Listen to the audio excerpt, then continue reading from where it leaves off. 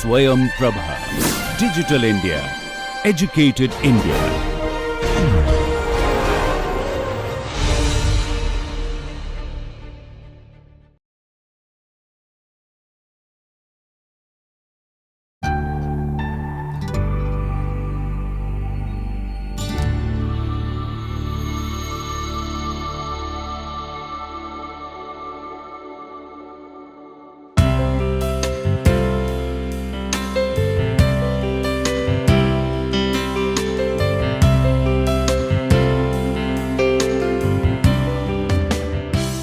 Dear participants, welcome to the second module of this week. In the first module, we had discussed the intellectual background of the development of modernism and postmodernism.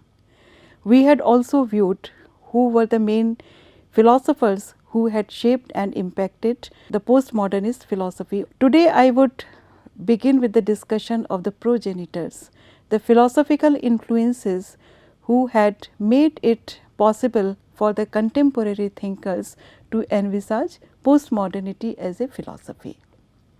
The first major influence is, of course, Friedrich Nietzsche. Friedrich Nietzsche had exposed the hollowness of Enlightenment claims, and he had constantly grappled with the supremacy of contemporary reason. He had said that truth was only the solidification of old metaphors, and it is this idea which comes very close to the postmodernist rejection of meta-narratives. Nietzsche's ideas, which were labeled as nihilist philosophy, were also very close to the postmodernist sense of reality, which is also fluid and anchorless. Certain quotes from Nietzsche are very contemporary sounding. We feel as if it is a very contemporary philosopher who is naming them. For example, morality is a lie and truth is a fiction. His statement that God is dead is also something which is very postmodernist in its approach, because they suggest that reality is fluid and at the same time it is not single but multiple. Another significant influence was that of Karl Marx. If we look at the timeline, we find that Karl Marx had worked before Friedrich Nietzsche, but even though he was earlier than Nietzsche, he had talked about, if I can put it like, more mundane things. Whereas Nietzsche was talking about metaphysical things, Karl Marx was talking about, well, say, money. Now, what Nietzsche has termed as a philosophical and metaphysical approach towards things, Karl Marx had conditioned the same things in terms of money. He attributed contemporary hollowness to the banal everyday workings of the bourgeois market order. He had also said that the capitalist forces allow the market forces to organize the life of the individual and the life of the community also. Karl Marx was the first philosopher to claim that it is the market forces which condition the inner life and the thought processes of the individuals also. He has talked about commodification, which leads to standardization, where individuals find ready-made answers instead of thinking about the solutions. D.H. Lawrence had also commented in one of his essays that a 16-year-old girl knows everything about falling in love. Lawrence had said that a girl already knows how should she respond to other people if she has to portray that she has fallen in love. So, she has learned all the responses, all the phrases, every possible nuance of emotion from media. She does not have to think about it. So, the responses are not genuine according to the Marxist philosophy, according to the Lawrentian philosophy also for that matter. And they say that the emotional responses of individuals are available in a ready-made fashion. It forces us to consider what constitutes value and meaning for us at an individual level. The third person who is very important for the development of the postmodernist philosophy is Martin Heidegger. Though Heidegger often comes across as an existentialist philosopher who believes staunchly in the existence of God, still we find that several threads of his arguments are very close to the postmodernist arguments. Unlike previous existentialist thinkers, he believes that the crisis of humanity begins when we dislodge God from the center. Remember that he is a staunch theist, a staunch believer. He says that in the modern civilization, human beings have replaced God from the center, and then now in the 20th century, technology has started to displace human being from the center.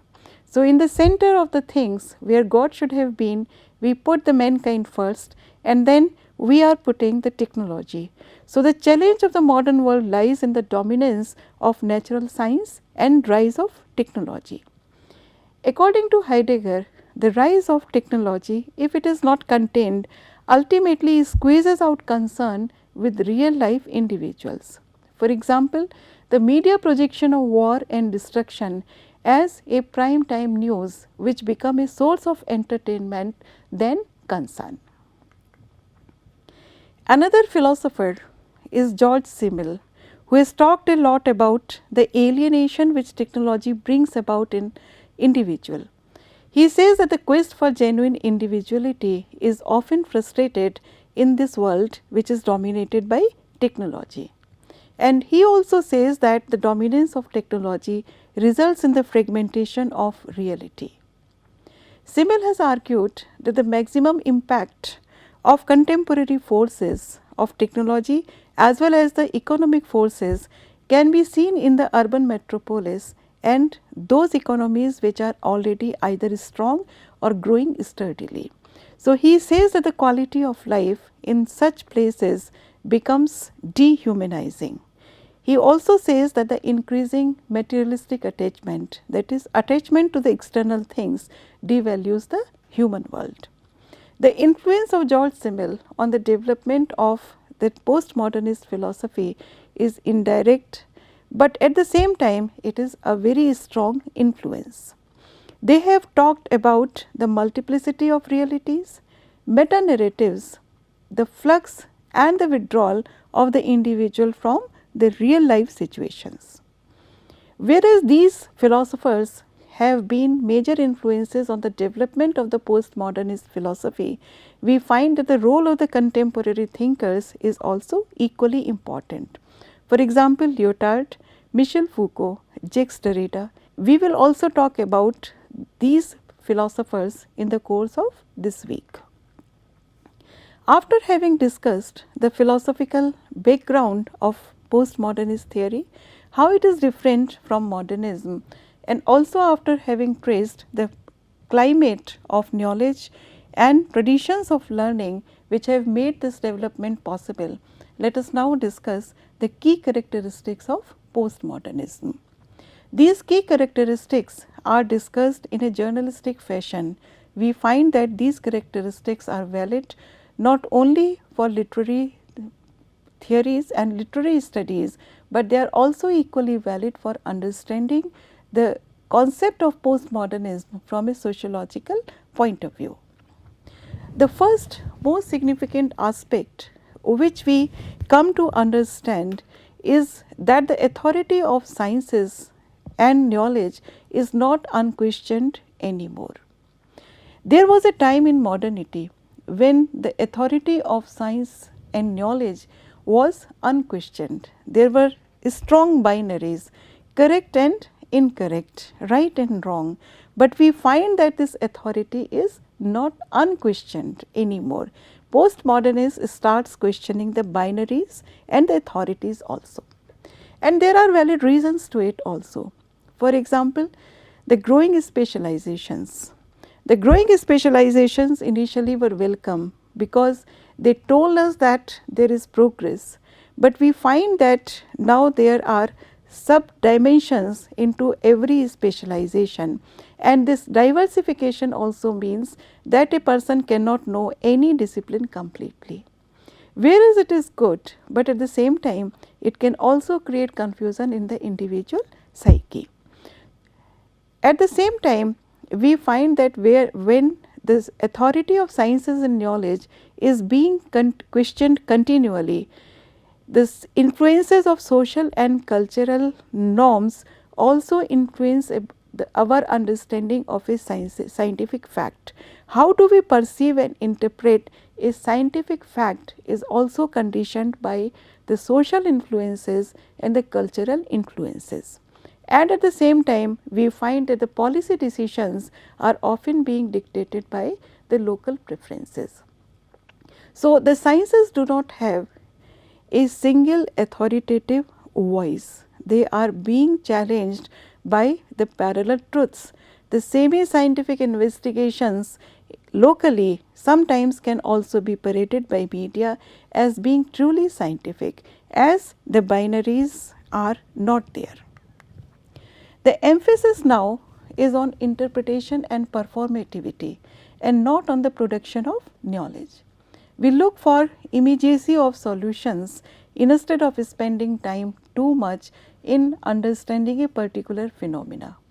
So, the postmodernist behavior has abated the tendency to look for an immediacy in everything, immediacy in terms of the appeasement of our desires, immediacy in terms of knowledge, immediacy in terms of our understandings also. So, therefore, in our climate we find that the computer printouts are often trusted as unquestioned reliable data. The third significant characteristic of postmodernist behavior is the resurgence of liberal capitalism. We have already noticed that the collapse of communism has resulted in a particular type of ideology negation. The states had been freed, and the collapse of communism as an ideology and as a political forceful system once again gave rise to a liberal version of capitalism. We also know that with the fall of the communism, Marxism has also forever lost its claim to universality. The world order is shrinking in cultural ways. For example, the bipolar world is not a reality anymore. The days of the Cold War are also over. So, the world is becoming more uniform in cultural preferences. There is a universality in culture. So, the world order is shrinking as far as our cultural understanding is concerned. A very significant way of understanding the postmodern world is to understand the concepts of Derrida. Derrida has talked about deconstruction, and he is primarily known in cultural and literary fields for that. So, he had said that our cultural life is based on the texts we produce intersecting with each other texts. But he also says that now the texts have lost the certainty. We keep on continuously questioning the fixed meanings of all text, and deconstruction is about replacing the primary meaning and to look for the presence of an alternate reading which is possible in a text.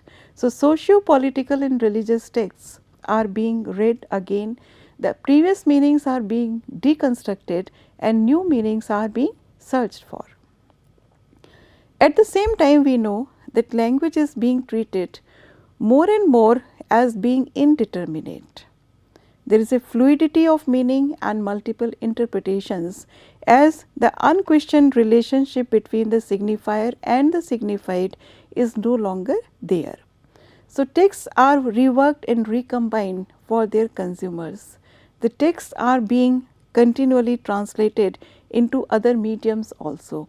For example, the relationship between the text and the films and other aspects of media has become very strong in the postmodernist world. Boundaries between text and interpretation no longer work as mind is continually processing and shaping text with other parallel sources. For example, we can refer to the feminist readings of Irigaray and Julia Kristeva in this direction. Another aspect which is significant to understand the postmodernist philosophy is that the postmodern problem is of a surfeit of too many choices. We can look at several instances of that to understand that. While modern era depended on face to face communication or to the medium of print, postmodernism is dominated by the electronic mass media. Immediate communication has become more important. The breaking news, for example, authenticity is less important than immediacy. Now, when we put more emphasis on immediacy of communication and we do not pay much attention to the authenticity value of it, we find that our perception of reality is also affected. It is being continuously and radically revised because we do not go deeper into the authentic understanding of a message. We look for the latest one, we look for the immediate transfer of a particular message. And therefore, we find that in this world, these media messages, for example, the news on the TV ads and the social media refer to nothing but themselves. So, reality ultimately today in the postmodern world has been broken down to images. Virtual reality is more important now. Life is being dissolved into TV images. And final messages, the central argument of things, the conclusion, the authenticity of things is missing. But this is how the postmodern world looks at the scenario. The authenticity and the reason were the significant points of a modernist approach. In the postmodern world, we find that they have been surrendered to an immediacy of affairs. The focus now is not on issues of intrinsic value or purpose of knowledge. People do not think beyond the immediate. So, it is the immediate which has become much more important.